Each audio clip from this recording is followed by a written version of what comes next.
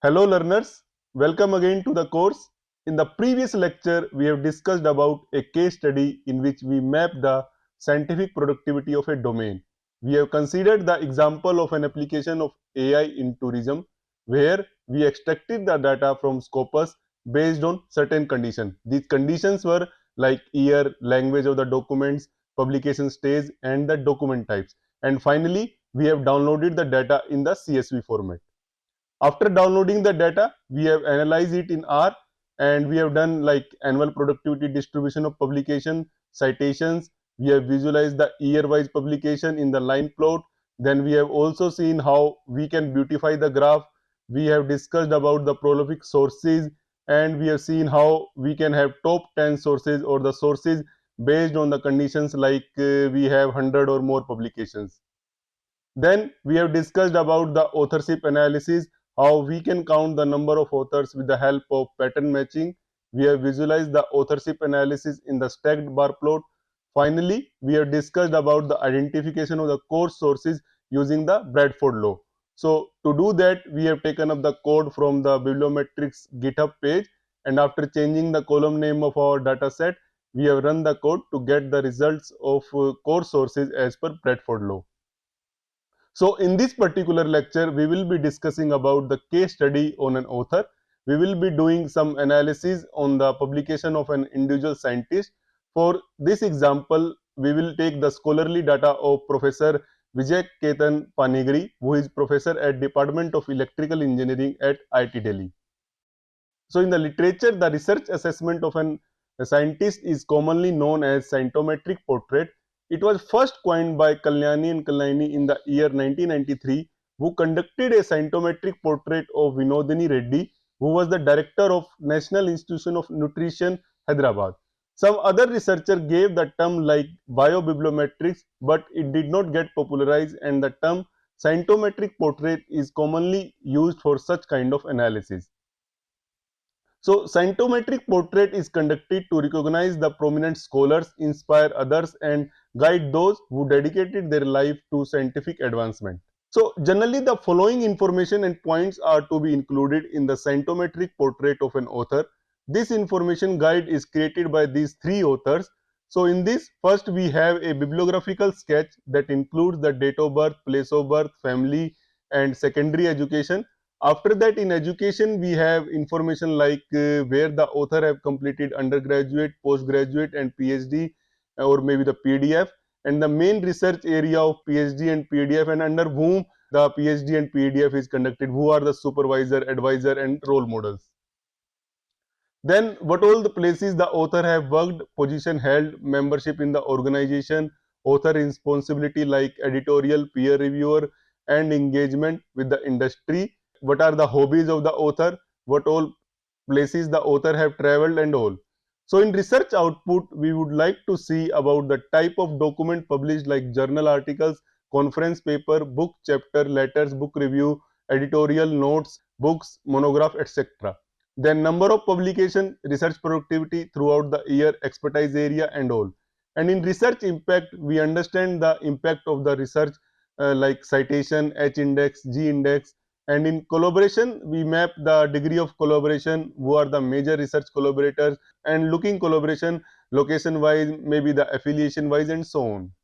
And in authorship pattern, we do the analysis of number of single author document and multi author document.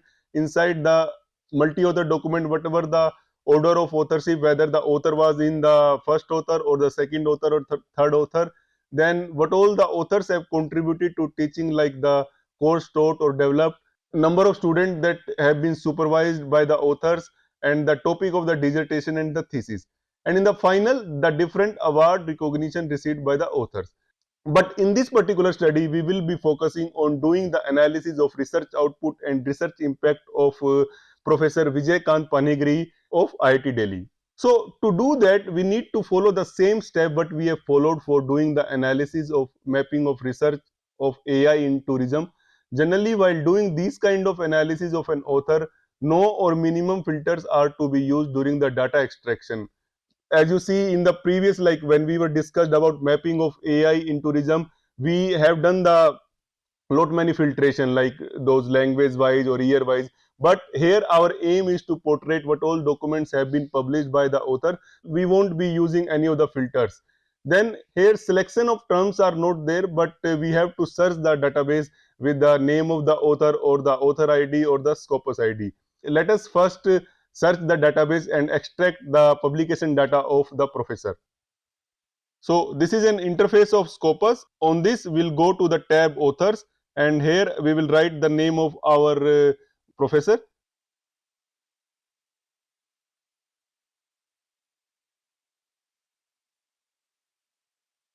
So it retrieved me this profile, and there is only one single result with this name, and this is the only author, and these are the number of publications. So we can click on these 805 publication, and then we can extract the data. Just click in here, click on export, then CSV format. So apart from this, we can also retrieve the result based on either by using the ORCID ID or maybe this author ID. And just if we like say for example, we remove this name and we will give just author ID. Okay. Okay. So the same number of documents have been retrieved. So our this file is downloaded. This file is showing that Scopus 1 because I already have the earlier Scopus file which I have done for the previous lecture, but we will change this name to this file name to Scopus BK Pani. Okay. After changing the name, we'll move this file to the document directory because many of the times like whenever you will be using R, the default directory will be the documents. Okay, unless you have changed it. Okay. So if you haven't changed the directory, you move this file to the document directory. So and also open your R Studio.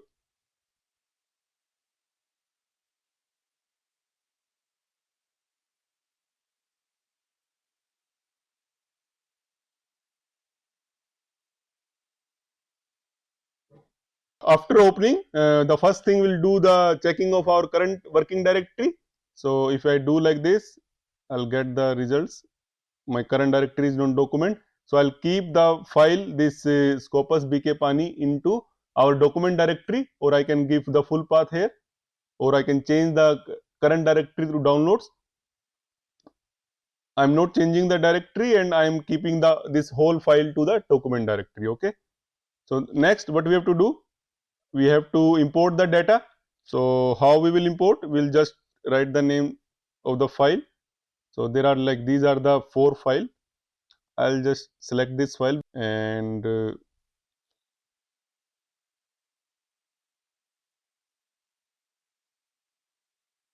that's it.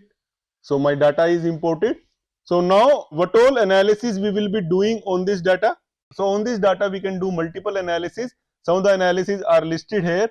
So the annual productivity of an author, we can do that, but we have already discussed about how we can calculate the annual productivity in the previous lecture. So I request you that based on that you give a try on finding the annual productivity of the professor. Then the type of work published we'll do in this lecture because we haven't discussed in the previous lecture. Then authorship analysis. The authorship analysis we have discussed in the previous lecture, and similarly you can also identify that what all documents of the professors are the single authored publication and what are the documents are the multi-authored publication, and inside those documents if there are multi-authored documents are there, what exactly the position of that author. Okay, whether the author is in the first author, second author or third author. Okay, so we can do that with the help of pattern matching. Then high cited publication and key topic of research. So among these 5 analyses, I will be discussing only 3 in this case study. So I will discuss about the type of work published by the professor, then the highly cited publication and the key topic of research using the topic modeling approach. Okay. Other those 2 analyses, you can just follow the what I have discussed in the previous lecture and you can easily find out. Okay. But if you face any of the issue, please let us know in the discussion forum. So our data is imported. So here our object name is df case2 because our data is imported in this. So this you need to remember what exactly your object name where you have imported the data, because in the previous lecture when I discussed about the case study of AI in tourism, the object name was df case, okay, but now I am naming it df case2. So it totally depends on you if you want to give any other name to this object, okay. So what the first thing we will do after importing the data, let us first view the data set, how is that data is. So what function we'll use? We'll use the view function. We'll call this, and this is our whole data. And if you see here, this is 805 publications. Then we'll do the summary of this data set.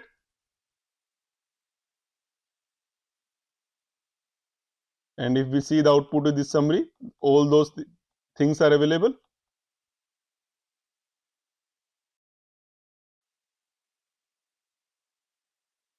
Next, this year-wise productivity of publication, you do as your practice, and please let us know in the discussion forum if you face any of the issue. Now we will move to the second part where we will be discussing that what type of document are published by the author, okay. What we have to do that, what we need is our column name in a data set. How to check the column name in the data set? Using either the dollar, or we can go to this part here, and then we can see that where is the document type column is there.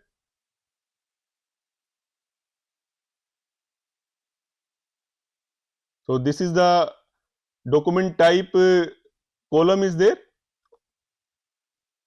or we can use the col names also. So this is our exactly the column where our document type data is there. So if I like do like this, automatically it will show us that there are two columns are there that start with D, but we are focused on this. So only one column is there with document type, okay.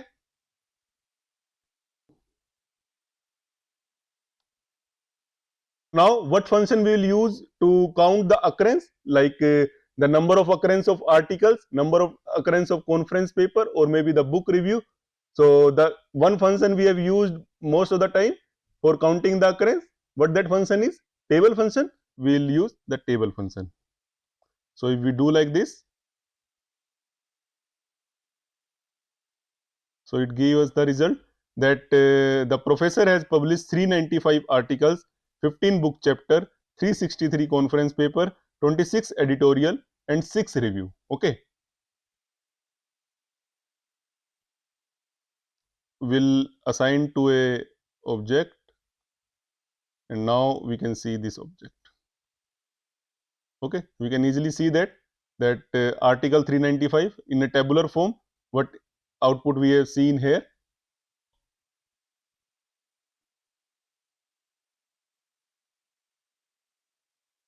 Now we want to add one extra column to this object, okay. So we want to add one extra column to this data set. So our existing data set have the category of publication, then the count of the publication. Now we want to add an extra column where we will have the percentage of the categories, okay. So what percentage of publications are article, what percentage of documents are conference paper, okay. So how we will do that? The simple calculation. So we will call the frequency divided by sum of the frequency, multiply by 100. So if we do like this, and as I discussed in the previous lecture, that we don't have to call this view function again and again, it will be automatically updated. So let's see here. So it is automatically updated here. So we can round it off to 2 decimal places, or maybe 3, whatever the places you want. So I am transforming this to 2 places only. So this is my third column where I have percentage up to 2 decimal places, okay. Now if you see here, this data is not ordered, okay. It is ordered in some sense, like if you see here, the pattern is that A, B, C, E, R. So it is maybe alphabetically ordered, okay. But we want to order this data set in terms of the number of publications, okay, in that particular category. So how you will do that? we have already ordered this kind of thing in the previous lectures. So if I do like this, so it is ordered our data set. But if you notice here that by default it is ordered in the ascending order. Okay, so the started with the minimum and goes to the maximum. So the default value of this particular function is arranging in the ascending order, but we want to arrange in the descending order. So how we will do that? So we will add one extra argument here, that decreasing equal to true. We want to do it in decreasing order. So if we do like this, in decreasing order, our data set has been arranged. We'll arrange this data set in decreasing order and assign to our existing this object. Now if we see here, Nitin chain. So from here we can easily infer that the professor has published almost half of the publication as articles, okay, followed by conference paper, and very minimal number of documents are editorial, book chapter and review. Okay, so this is done. Now we can save this whole analysis to our external file. How we will do that? We'll save it as like CSV file. Then we'll call this function write.csv. We'll give our object name and the file name what we want to export it as. Okay. So here this is our data set and we want to save it as doctype.csv. Okay. Now, as I discussed in the previous lecture also, I have given the emphasis on more of the visualization, okay, because this is a tabular data, but if we show some visualization, it will be more understandable, okay. So what we will do, we'll make some graph out of this data. So what kind of graph we can make?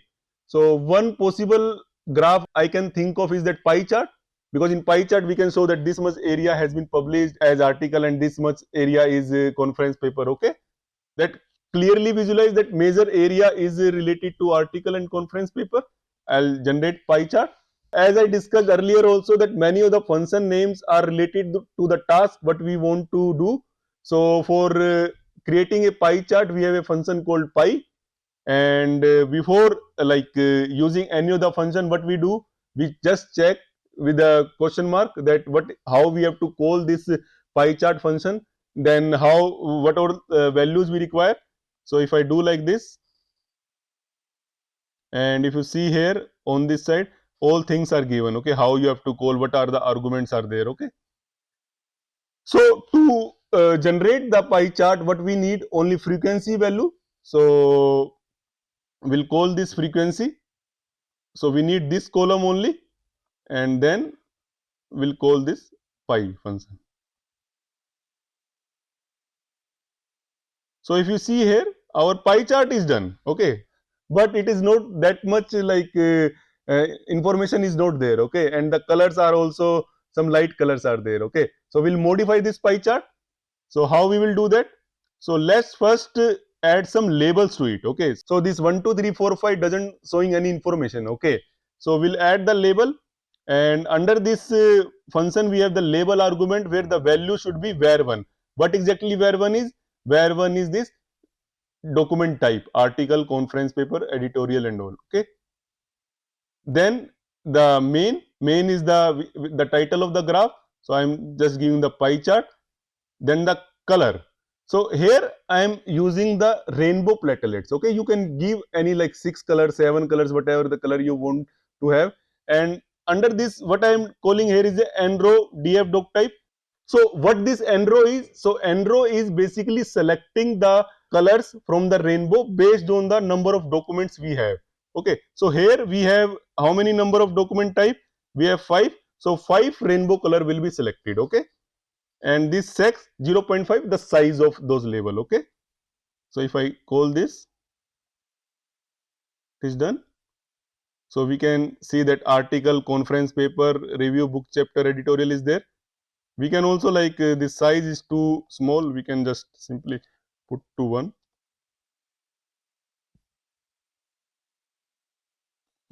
okay. So we can easily see that these many documents are published as article, and these many conference paper, then editorial, book chapter and review. So also you will notice here that how this thing is done, how this pie chart is created, okay, whether it's clockwise or anti-clockwise. For this, it also has one argument, that clockwise operations. So if we give this clockwise to true, let's see what will happen. So now it is done like this. So it has other many arguments which you can explore, and let us know in the discussion forum that what all arguments of pi you have used, and whatever your experience is, that we should use those kind of argument necessarily for creating a beautiful pie chart. Okay, we can export this file. Let us see, we'll export this file only, and we can give the size and whatever the format we want, we can save it. Another beautiful feature here in RStudio is that you can export the plot wise. Okay, so say for example you have created 5-10 plots of the same data. Okay, and after that you want to have only one or two. Okay, so you can click here either this way or this way.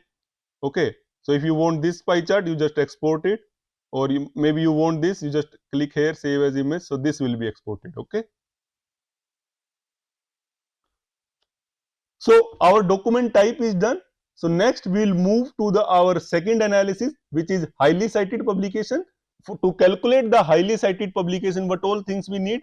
We need the citations mainly, and addition to that we can take just title data also. Okay, so that we can easily visualize that this particular document is the cited by these number times. Okay, so first we will create a data frame that have these two columns. One is title and another is citations, and I am naming it as a df case to C, and this is a data frame, and this I already discussed that why I am putting this title, because data frame will give the long column name based on this.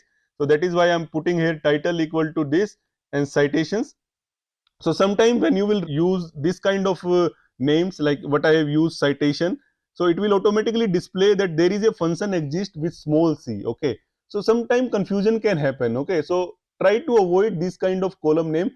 But if you can remember this, that the word with capital C is my column name and the word with small c is the function in R, so it is almost okay. Okay, so I am using this my column name, and then this is my column name of title, and I am creating this for our, and I just use this way and I run this. So my data is created, just I view it.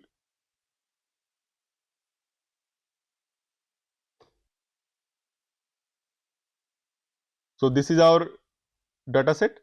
So if you see here, some NAs are also there, but if you go down, title of the publications are there and then citations are there. Okay, now what we have to do, we have to sort these publications based on the citations. Our only thing what we need to do is that we need to sort based on this citations basis. Okay, so the citation will be our criteria, that whatever the paper has been received the highest number of citation, that should be on top. Okay, so we want to sort our data set in decreasing order.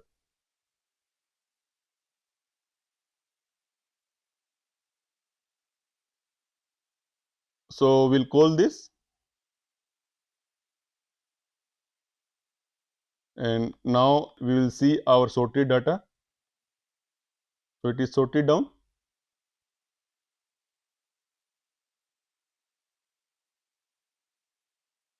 So now we want to extract only top 10 highly cited publication of the professor. So how we will do that? We will use the head function. This is our data set where we have the sorted data set, and under this sorted data set we will say that give us the top 10 value. This is our head function. So I will just call it like this.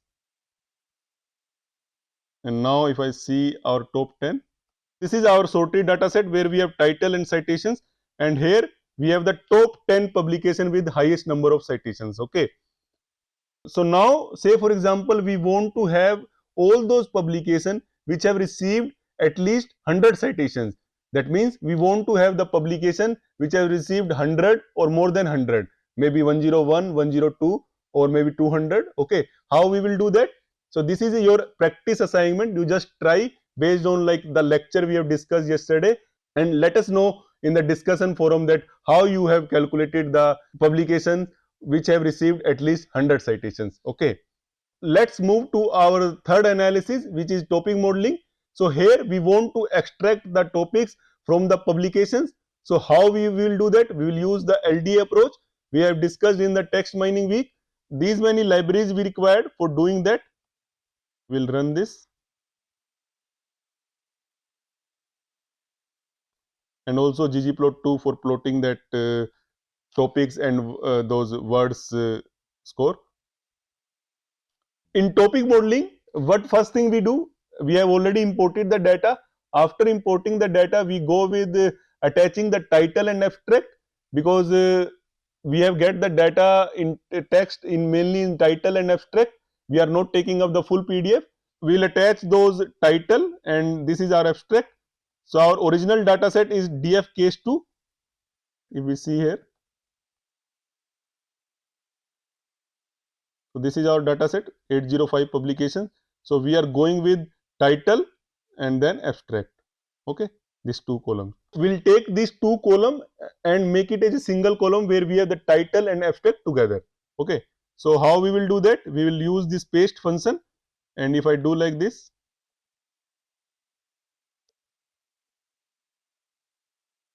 my object is created where I have the title and abstract, and after that I have discussed that we'll change the column name because it will give the long column name to us. Okay, so we'll make it change of the column name. So now our data set is ready with title and abstract in single column. Now we'll see our first value. This is there. So this was our title, and then this the abstract is there.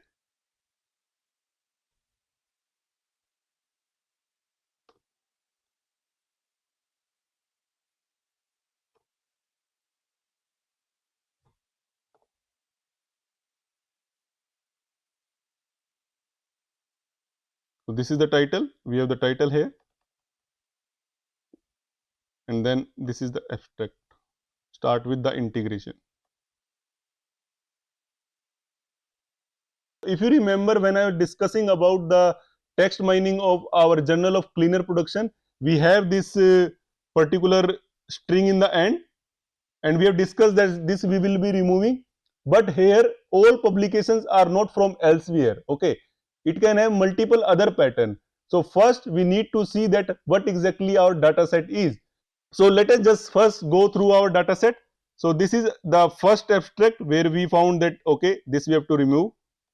Then maybe we go to the 10th abstract. There we have some different thing. Okay, we don't have elsewhere. We have this copyright 2023 hydrogen energy publication LLC. If we go to 13, here we have IEEE. After this dot we have IEEE only. Then if we go to 17, so here we have after copyright 2007 to 2012 IEEE. If you see here, what exactly the pattern is, earlier what we have used that after that copyright symbol, anything like elsewhere limited, we have made that our pattern and we have removed it. Okay, now if you have noticed here that in three of the abstract, we can see one kind of pattern is that if we could locate a copyright symbol and after that whatever thing is available, just remove it. Okay, so if you see this particular abstract here, after C, this is the thing what we have to remove. Then if you see in this, after this copyright symbol, this can be removed.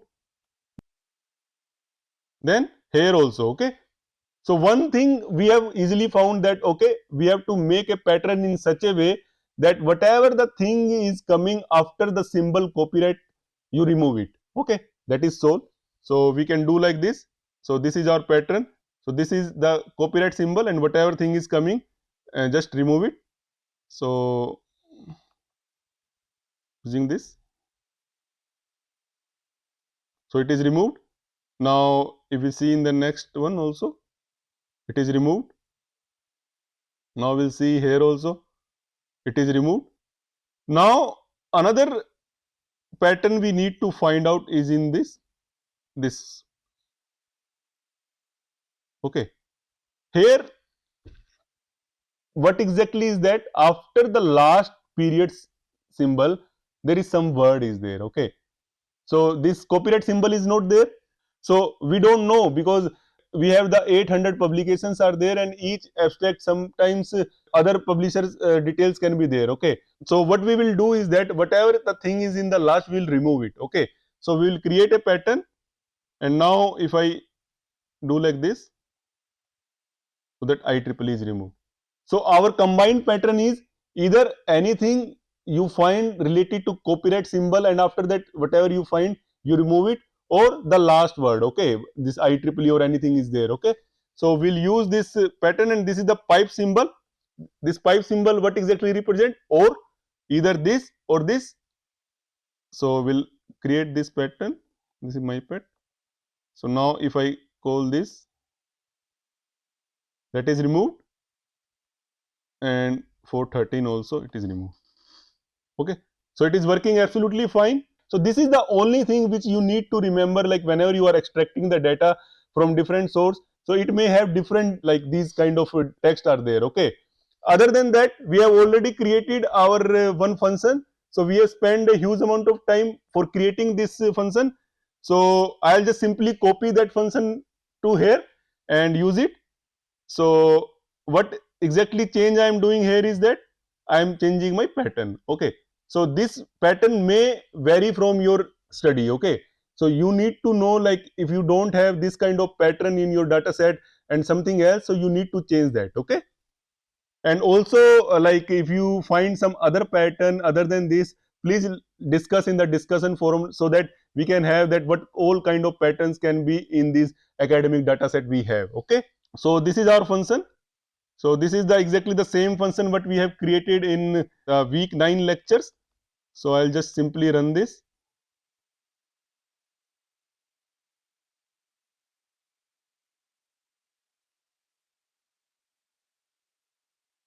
My data is this, where my column is there. My data is this, where I have title and abstract. So I'll just call this function, and I'll assign to this another object. Now we'll make the corpus. So for corpus, we need to call this clean data. We'll call this function corpus, and we'll run this. Our corpus is created. So now we will create the document term matrix. So to create a document term matrix, we'll use the function document term matrix. And if you want to see that what exactly that document term matrix is, we can use that question mark. So I'm just keeping this, and then we can create our document term matrix. Now we want to see that what exactly this document term matrix is. So it shows that there are like 805 documents are there, and then terms are 5234. Now here this is a practice assignment for you. In the discussion forum, please discuss about what exactly this sparsity 99% represent. Okay, we have discussed when we were discussing about the text mining in the week 9. Okay, so just let us know that what you have understand with sparsity 99%, and what exactly that word maximal term length 27 is. Okay, so now we can see the top words. So to see the top words, we'll call like this.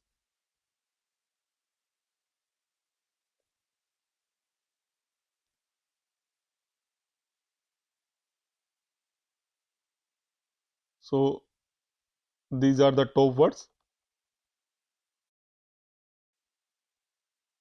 So if you see here that this whole code I have copied from the what we have discussed in the lecture week 9. Okay, so this is like whenever you do by this way, you this is a one time task. Okay, if you have a understanding on this, that how you have created the code, then you can use multiple times for multiple analysis. Okay, only things you have to change those names based on your requirement. Okay,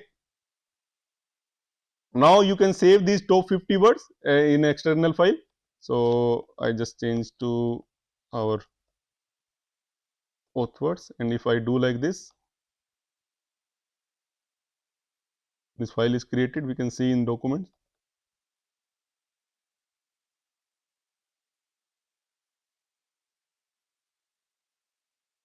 So these are the top 50 words are there.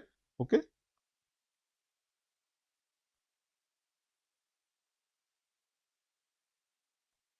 So now we'll do the topic modeling. So for doing the topic modeling, I am again selecting the 5 topics. I am just calling the 5 number of topics, and I'll be calling the LDA function of the package topic models. So this is my function name. Then this is our document term matrix. Then this is the K is the number of topics. Then give sampling, and then our seed is 1 2 3 4. Okay. I run like this.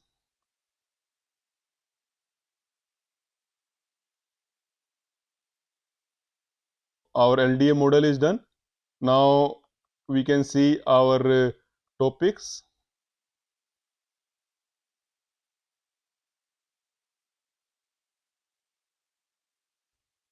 Okay. Then we can see the maximum value of, say for example, we want to see maximum value among these. Okay. So we can do like this.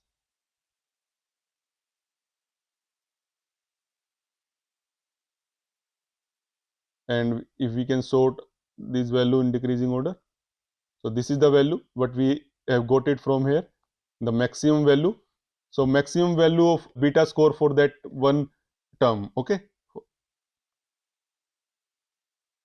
So now based on this we can create the topic words. Let's make it as a data frame topic export, and we run this. And now if we see here,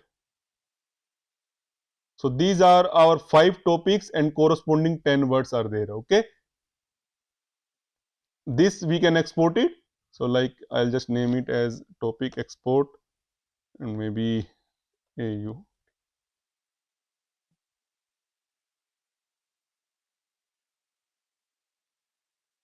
So this is done. Now if I open it, our documents,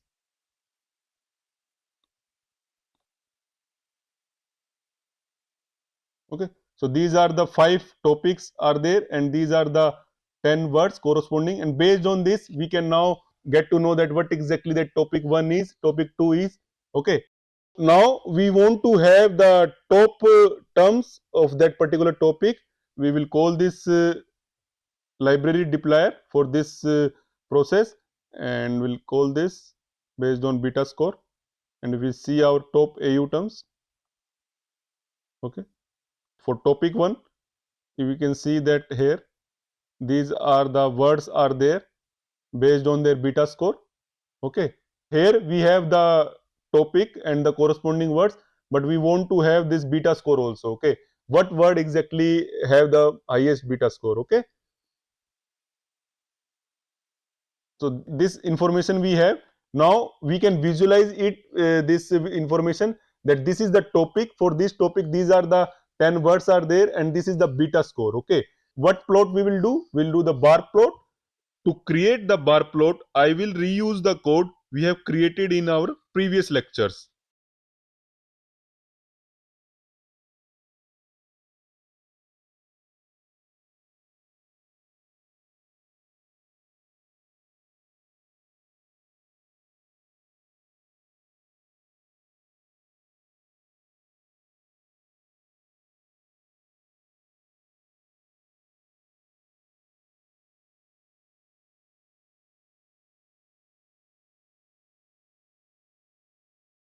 We have seen that we can create 5 plot one by one, or all those 5 plot in a single plot also. What I will do here is that I'll create all those 5 plot one by one, and then I left over this to you as a practice, that you create all those 5 plots in a single plot for this particular data set, and let us know in the discussion forum that what exactly plot you have plotted. Okay.